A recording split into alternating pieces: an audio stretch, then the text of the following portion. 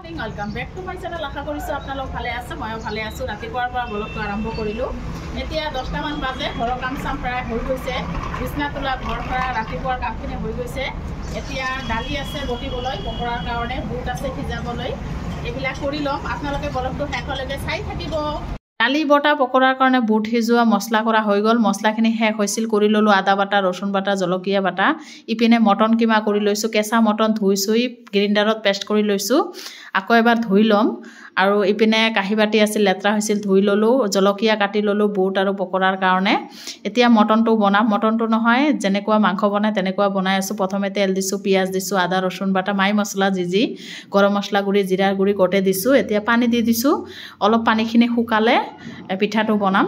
গাইছ, আগবেলা কাম চাম কৰি গা ধুলোঁ। এতিয়া 3টামান বাজে, অলপ পিছতে ইফতাৰী বনাবলৈ আৰম্ভ কৰিম। ৰেডি কৰা আছে। আৰু আজি আমাৰ ইয়াত দেখিছেনে, একদম দোকান চোকানবিলাক বন্ধ, গোটেই দোকান চোকানবিলাক বন্ধ। তাকো আৰু হোলী। আহক দেখাই আছোঁ, আপোনালোকে ব্লগটো শেষলৈকে চাব।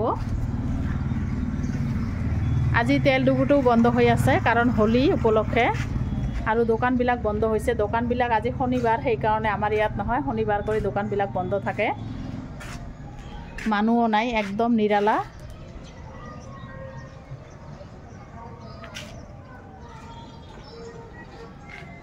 এতিয়া ইফতাৰী বনাম আৰু অলপ সময় ইয়াতে বহি আছিলোঁ।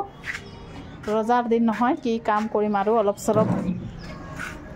আগবেলাতো কাম আছিল, পিছবেলা ইমান কাম নাই। এতিয়া পাকঘৰত সোমাওঁ, আজি স্পেচিয়েল ইফতাৰী বনাম। ব্লগটো শেষলৈকে চাই থাকিব। নিচিনা মানুহবিলাক আজিকালি হোলী নিখিলে। আগত আমি সৰু কালত নহয়, বাহিৰত ওলাবই মানে ভয় খাইছোঁ, ইমান হোলী খেলিছে। আজিকালি নাই, দেখিছেনে, একদম ৰাস্তা ঘাট খালী। ইফতাৰী বনাবলৈ পাকঘৰত সোমালোঁ। এতিয়া প্ৰথমে বিৰিয়ানীটো বনাওঁ, একেবাৰে ৰেডি চেডি কৰি থৈছোঁ। এইখিনি হৈছে মটন কিমা, আগবেলাই যে কৰি থৈছিলোঁ। ইপিনে পিঠাৰ কাৰণে পানীখিনি গৰম কৰি লওঁ। ইপিনে ইফতাৰী বনাই আছোঁ আৰু হোলী খেলা মানুহবিলাক আহিছে। গাইছ, হোলী খেলা মানুহবিলাক আহি আছে, দেখিছেনে? দেখিছেনে গাইছ, হোলী খেলা মানুহবিলাক আহি আছে।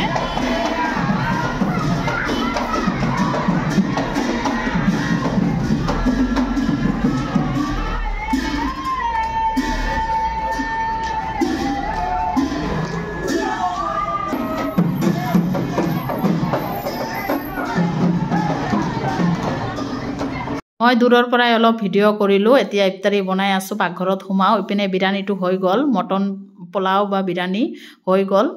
আৰু ইপিনে বুট ভাজি আছোঁ, দেখিছেনে? আৰু পকৰা বনাম, পকৰা ৰেডি কৰি থৈ দিছোঁ।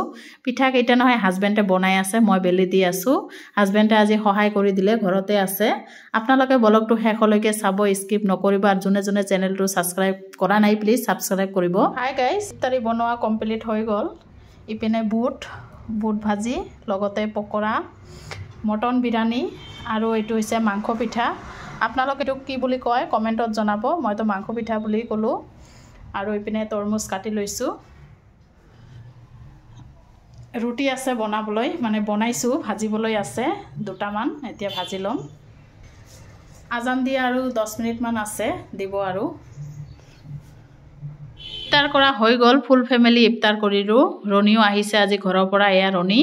এতিয়া চাহ খাম। ইফতাৰ কৰি নহয়, অলপ চাহ নাখালে ভাল নালাগে, সেইকাৰণে চাহ লৈ বহিছোঁ। ল'ৰাও খাই লৈ এয়া পঢ়ি আছে, কাৰণ এক্সাম আৰম্ভ হৈছে নহয় তাৰ। 3টা গ'ল আৰু 3টা আছে।